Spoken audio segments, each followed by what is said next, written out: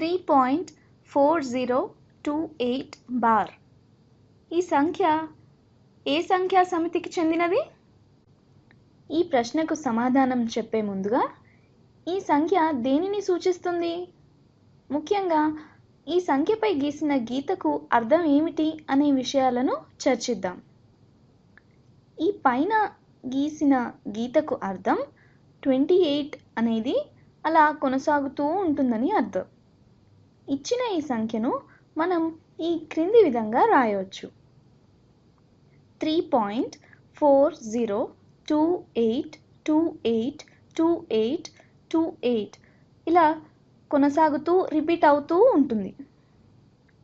పైన గీసిన గీతకు అర్థం స్పష్టంగా తెలుసుకున్నారు. మీరు గీతను ఒక సంఖ్యపై చూడగానే ఆ సంఖ్య కొనసాగుతూ ఉందని మీరు గుర్తించగలరు. ఇప్పుడు ఇచ్చిన ఈ సంఖ్య ఏ సంఖ్యా సమితికి చెందుతుందనేది చూద్దాం. ఇప్పటి వరకు మీరు వాస్తవ సంఖ్యలను ఉపయోగించారు. ఈ సంఖ్య కూడా ఖచ్చితంగా వాస్తవ సంఖ్యా వర్గానికి చెందినదే.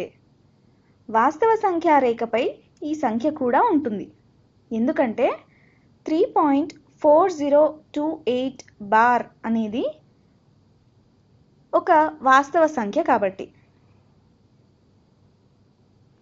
సంఖ్యారేఖను గీస్తున్నాను. ఇది -1 అయితే ఇది 0, 1, 2, 3, 4. 3.4028 అనేది 3.4 కంటే కొంచెం పెద్దది. అలాగే 3.41 కంటే కొంచెం చిన్నది. ఇది ఇక్కడ ఉందనుకుందాము. అంతేకాకుండా ఇది ఖచ్చితంగా సంఖ్యారేఖపై ఉంటుంది మరియు ఇది వాస్తవ సంఖ్య. ఇది అకరణీయ సంఖ్య కాదా అనేది ఇక్కడ ప్రశ్న కాదు. గుర్తుంచుకోవాల్సిన విషయం ఏమిటంటే ఏ అకరణీయ సంఖ్యనైనా మనం భిన్న రూపంలో కానీ లేదా అకరణీయ సమాస రూపంలో చూపించవచ్చు. ఉదాహరణకు pని ఒక అకరణీయ సంఖ్యగా తీసుకుంటే p ఒక అకరణీయ సంఖ్య.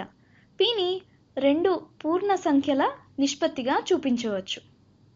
అనగా pని 2 పూర్ణ సంఖ్యలు m ఇంకా n వాటి నిష్పత్తిగా రాయవచ్చు.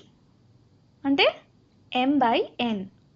అంటే దీనిని 2 సంఖ్యల నిష్పత్తిగా అనుకోవచ్చు లేదా 2 సంఖ్యల భిన్న రూపంగా చెప్పవచ్చు. నేను దీనిని భిన్న రూపంగా తీసుకుంటున్నాను. ఇచ్చిన సంఖ్య 3.4028 బార్ని xగా తీసుకుంటున్నాను. అంటే x = 3.4028 బార్. ఇరువైపులా 10,000తో గుణిస్తున్నాను. ఎందుకంటే 10,000తో గుణిస్తే దశాంశ స్థానం 4 స్థానాలు కుడివైపుకు జరుగుతుంది మరియు 28 బార్ని తొలగించడానికి వీలవుతుంది. 10చే గుణిస్తే దశాంశ స్థానం 1 స్థానం మారుతుంది. 10,000తో గుణిస్తే 4 స్థానాలకు మారుతుంది. 1, 2, 3, 4. కాబట్టి ఇది 34,028గా మారుతుంది మరియు 28 రిపీట్ అవుతుంది. Therefore 10,000x is equal to 34,028.28 bar. దశాంశ స్థానం ఎడమ వైపు నుండి చూస్తే 5వ స్థానం దగ్గరకు మారింది. 3.4028 బార్ విలువ సుమారుగా 3.5గా ఉంటుంది. దీనిని 10,000తో గుణించినప్పుడు సుమారుగా 35,000 వస్తుంది. కాబట్టి ఇది 10,000 into x. xను 100xగా మార్చాలంటే సమీకరణాన్ని ఇరువైపులా 100చే గుణించాలి. వాస్తవానికి రిపీట్ భాగాన్ని తొలగించాలంటే నేను 2 విలువలను తీసుకుంటున్నాను. తీసివేసినప్పుడు రిపీట్ భాగం తొలగిపోతుంది. అప్పుడు ఈ సంఖ్యలు సాధారణ సంఖ్యలుగా మారిపోతాయి. xను 100 చే గుణిస్తే 100x అవుతుంది. దశాంశ స్థానం 2 స్థానాలు కుడివైపుకు మారుతుంది. మొదట దశాంశ స్థానం ఇక్కడ ఉంది. 100 చే గుణిస్తే 2 స్థానాలు కుడివైపుకు జరిగి ఇక్కడకు వస్తుంది. 100x అనేది 340.28 బార్గా మారుతుంది. కొనసాగే భాగాలను దశాంశ స్థానాల తర్వాత వచ్చేలాగా మార్చడం వలన 28 బార్ తొలగించడానికి మార్గం సులువైంది. పై సమీకరణం నుండి కింద సమీకరణాన్ని తీసివేయగా ఏమవుతుంది? రిపీటింగ్ పార్ట్ మాయమైంది, అంటే తొలగిపోయింది. 10,000x నుండి 100xని తీసివేయగా మనకు ఎడమ వైపున 9900x వస్తుంది. మరి కుడివైపున ఏం వస్తుంది చూద్దాం. దశాంశ స్థానం తర్వాత ఉన్న భాగాన్ని కొట్టివేయవచ్చు. ఇప్పుడు మనం 34,028 మైనస్ 340ని చేయాలి. చూద్దాం ఏమొస్తుందో. 8 0 కంటే పెద్దది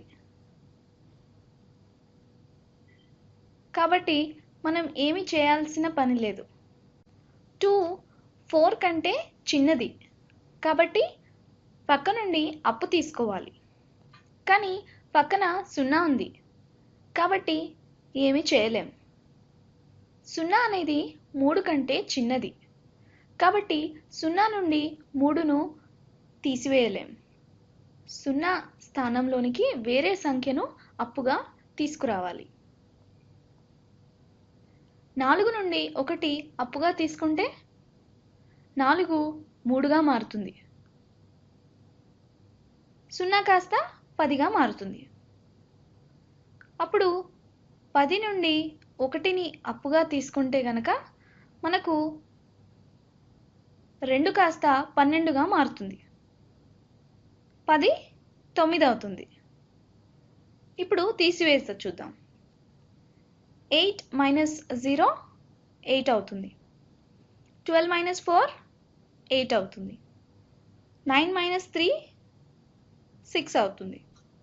3 ఏమీ లేదు అంటే 3 వస్తుంది. కాబట్టి 9900x is equal to 33,688. పైదాని నుండి 340 తీసివేస్తే మనకు 33,688 వచ్చింది. ఇప్పుడు x కావాలి కనుక ఇరువైపులా 9,900 చే భాగిస్తే ఎడమవైపు 9900 చే భాగిస్తున్నా, కుడివైపు కూడా 9900 చే భాగిస్తున్నా. అప్పుడు ఏం మిగిలింది? ఎడమవైపు x is equal to 33,688 divided by 9900. ఇది x మొదటగా మనం తీసుకున్నది.